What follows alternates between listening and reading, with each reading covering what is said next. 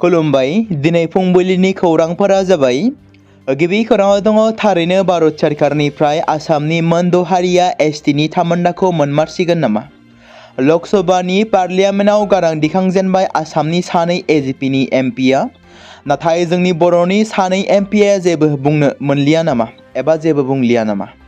थारैनो एसटि होनो नागिरनायनि हेंथा जेबो बाथ्रा बुंला नामा बर'नि एमपिफोरा? फारसेथिं दानि थासारिखौ नायोब्ला बर'जों बर' बबे लामाजों थांगासिनो दं? नखर नखर इउपिपिएल, नखर नखर बिपिएफ, नखर नखर बिजेपि जाजोब्बाय नामा?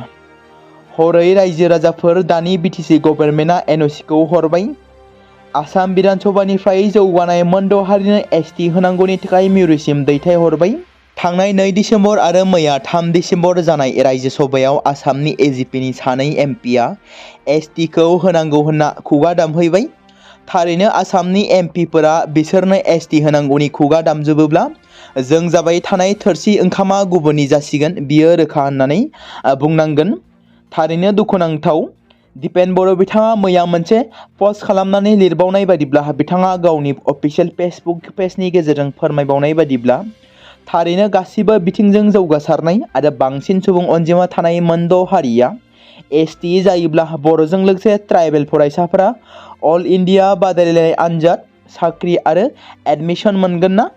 आंनि गोरबोनि गाबखांनाय सोंलुआ जागोन grade 3, grade 4 railway, banking, SSC, UPSC, JEE advance, mains, NEET, college आरो इउनिभार्सिटि एडमिशन, साख्रि, scholarship, AMS, IIM, IIT, IISc, NIT, नेटजों बायदिजों लोगोसे आर्मि, पारामिलिटारिफोर गोबां। आरोबाव एबसुनि आफादगिरि दिपेन बर' बिथाङा लिरबावनाय बायदिब्ला जों मिनाजों फेर फाथिनाया गोब्राब आरो मोनद' हारि फैयोब्ला आंनि नोंनि गथ'नि इयुना मा जाहैगोन?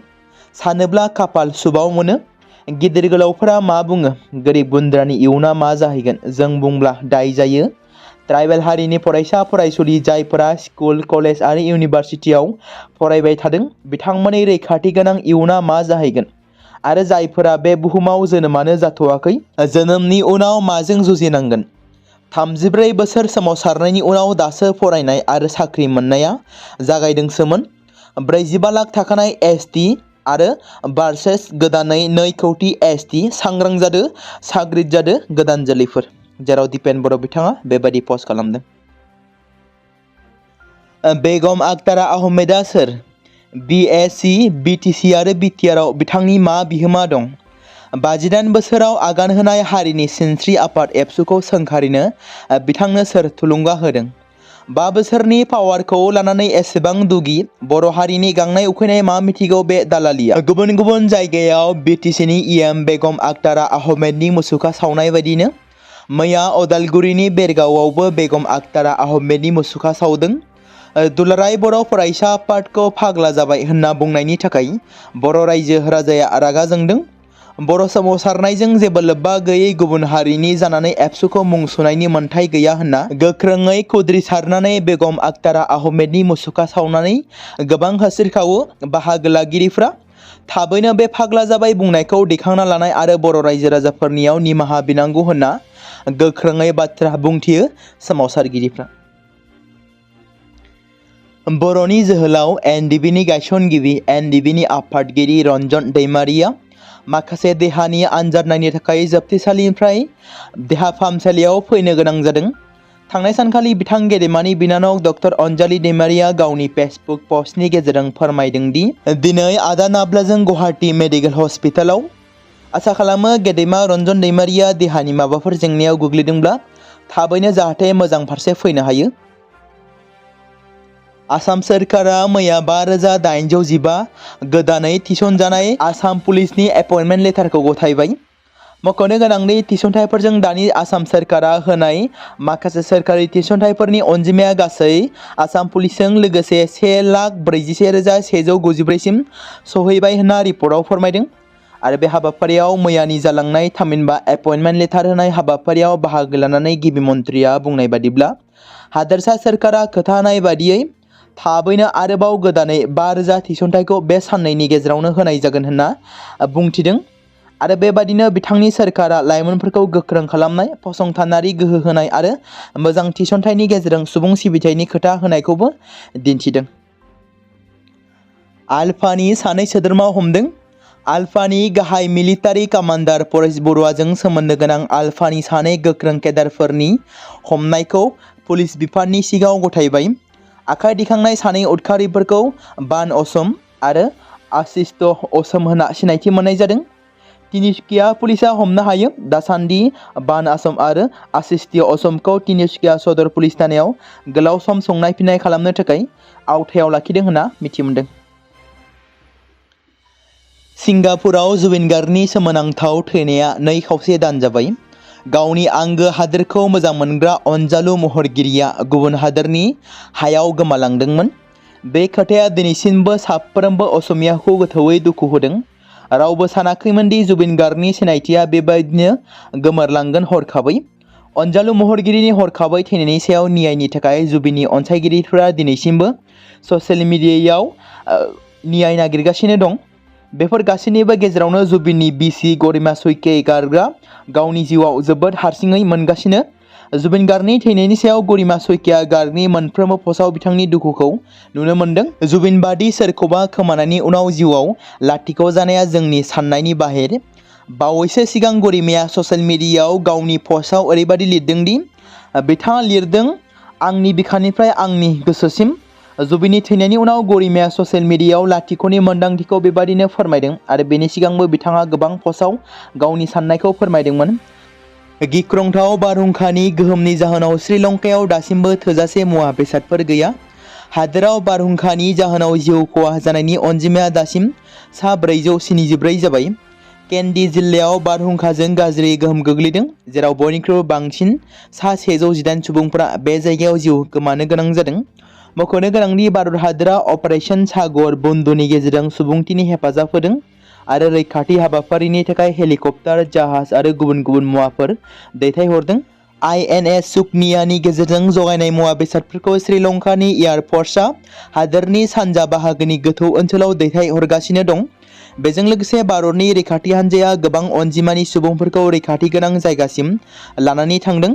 बेनि अनगायैबो पुत्तलमाव थानाय नेशनेल डिजास्टार रेसपन्स फर्सआ गोर्बोआव थानाय आइजोफोर आरो जोखोम जानाय सुबुंफोरखौ लोगोसे सा 800सो थाबथानाय सुबुंफोरखौ रैखा खालामनो हादों होनना फोरमायदों। थाद'नाय गैयाजासे 7 साननि थाखाय नगावआव जरहाट पुलिसआ गोख्रों अपारेशन खालामदों। बेनि गेजेरजों अपारेशनाव 1.5 लाख रांनि नोगोद रांजों लोगोसे 114 ग्रामसो सना बोखांनो हादों। आमनिनि कृष्णा साहा आरो चाकी तुबनि बिश्वनाथ साहाखौ पुलिसआ खादों। खावनाय सनानि हेंथायै अपारेशना जरहाटनि चरिफुल इस्लामजों मावफुंजादोंमोन। बे सनाखौ नगावनि बरबाजारनि सासे जुवेलारनिफ्राय बोखांनो हादों। बे अपारेशनखौ जरहाटनि लेङाइ पुलिस SP कर्ण पाटवारिया दैदेनदोंमोन। थांनाय 29 नभेम्बराव जालांनाय BTC सेक्रेटारियेटआव जालांनाय फरायसाफोरनि गाग्लोबनायनि हेंथायै ट्राइबेल फरायसाफोरनि ST होनायनि थांखि लानायनि हेंथा सोमावसारनायाव जानाय मोनसे दुंहाव थासारियाव जेराव BTCनि एसेम्ब्लियाव माखासे बुफाय बुसि खालामनाय जाथायनि सायाव गोख्रों राहा लानायनि BTC सोरखारनिफ्राय थांखि आजावदों। थारैनो माखासे फरायसाफोरखौ एरेस्ट खालामगोन नामा, जेराव गोख्रों थांखि लानायखौ नुनो मोननाय जादों। BTCनि गोजां बोथोरनि बाजेट जथुमा दिनै थुंगेबाय।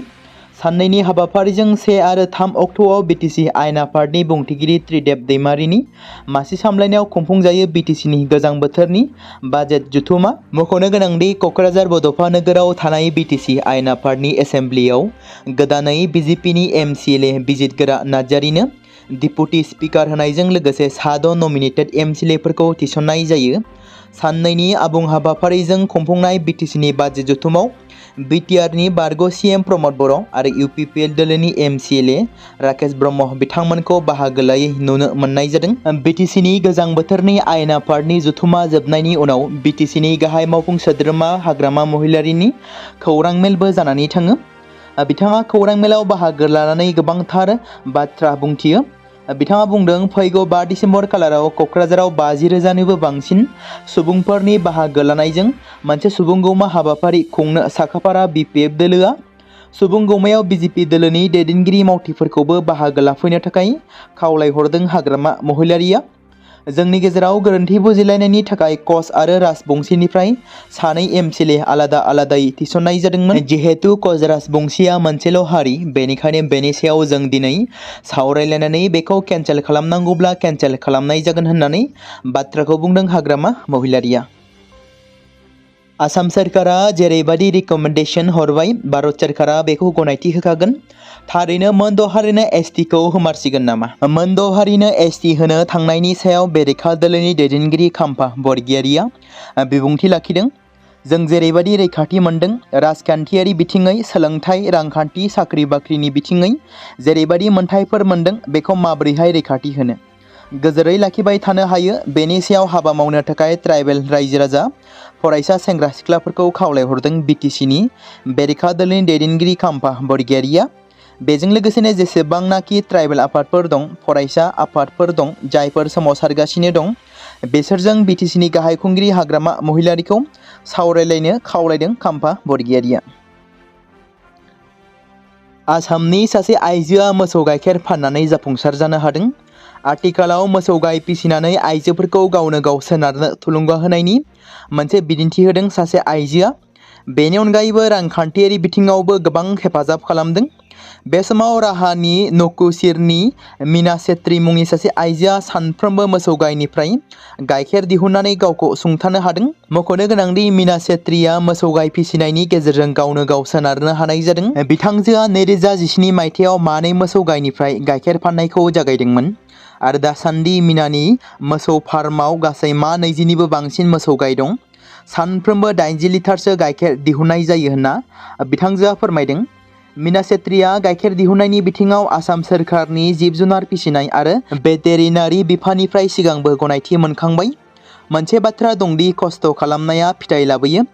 पस्टनि गेजेरजों बाथ्राखौ बुंनायनि उनाव मीना छेत्रीया गावनो गाव सोनारनायनि बेलायाव आइजोफोरनि थाखाय मिजिंनि मोनसे खौरां लानानै फैदों।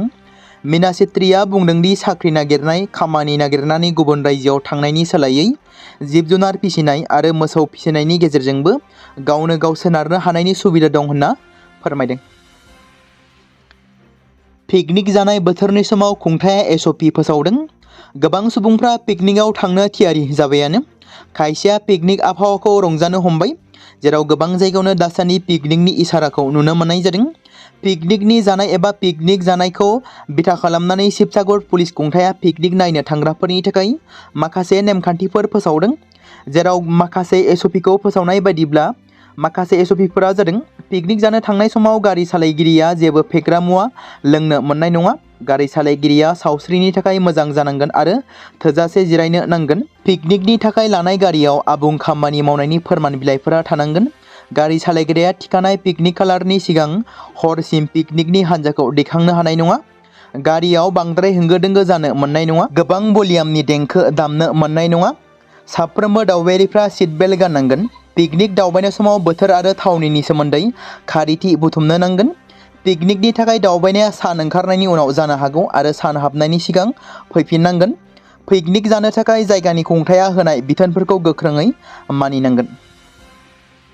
दिनै संसदनि गोजां बोथोरनि जथुम्मानि थामथि सान। लकसभा आरो रायजोसभानि खामानिया जागायजेनबाय।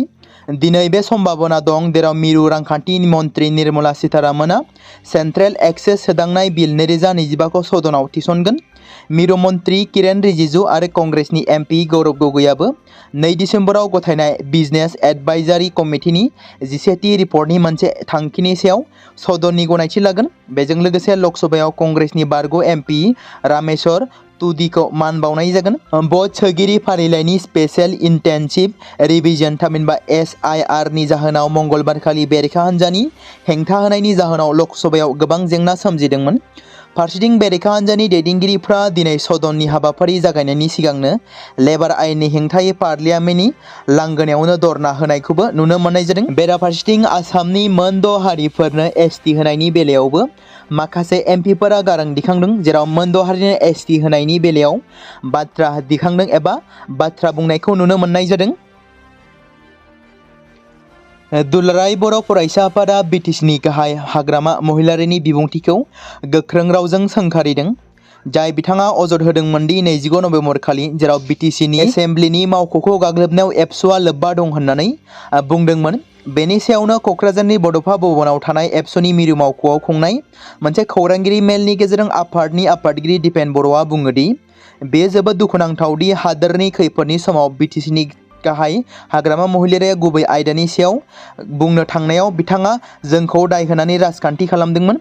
हादोरनि अलखदनि समाव हाग्रामा महिलारिया गिबियावनो गावनि हारिनि बाथ्रा साननांगौमोन आरो नैथियाव बियो बिटिसिनि मोनब्रै जिल्लानि सिङाव थानाय मोन 35 थागिबि हारिफोरनि गेजेराव मोन 26 हारिफोरनि मोनथायखौ साननांगौमोन आरो गासै हारिनि बिदा फंबाय आरो सोद्रोमा जानानै खौसेथियै थानांगौनि बिथाङा बाथ्रा बुंनांगौमोन। नाथाय बिथाङा हिंसायै बाथ्रा बुंनायखौ लोब्बा लानानै बिथाङा एबसुखौ दायनिगिरि होदों। बे बाथ्राखौ बिथाङा गारां दिखांदों आरो जुदि फरायसाफोरनि गाग्लोबनायाव 1% जुदि लोब्बा दङमोनब्ला आं दिनै एबसुनिफ्राय बिबान एंगारगोन आरो आं जेलावबो थांनो राजि होननानै बिथां दिपेन बर'आ बुंदों। बे समाव मोनसे गोनां फोसावथाय बर' सावथुन नायनानै मोजां मोनग्रा गासै बर' रायजो राजाफोरनि गेजेराव लानानै फैदों मोनसे बर'नि OTT प्लेटफर्म गोनां जाय प्लेटफर्मनि गेजेरजों नोंथांमोना बर'नि गोदान गोजाम सावथुनफोरखौ नुनो मोनगोन। थांनाय माखासे बोसोर सिगां बर'नि गेजेराव लानानै फैनाय निउबो एप बायदिनो फिन आरोबाव लानानै फैदों बर' रायजो राजाफोरनि थाखाय।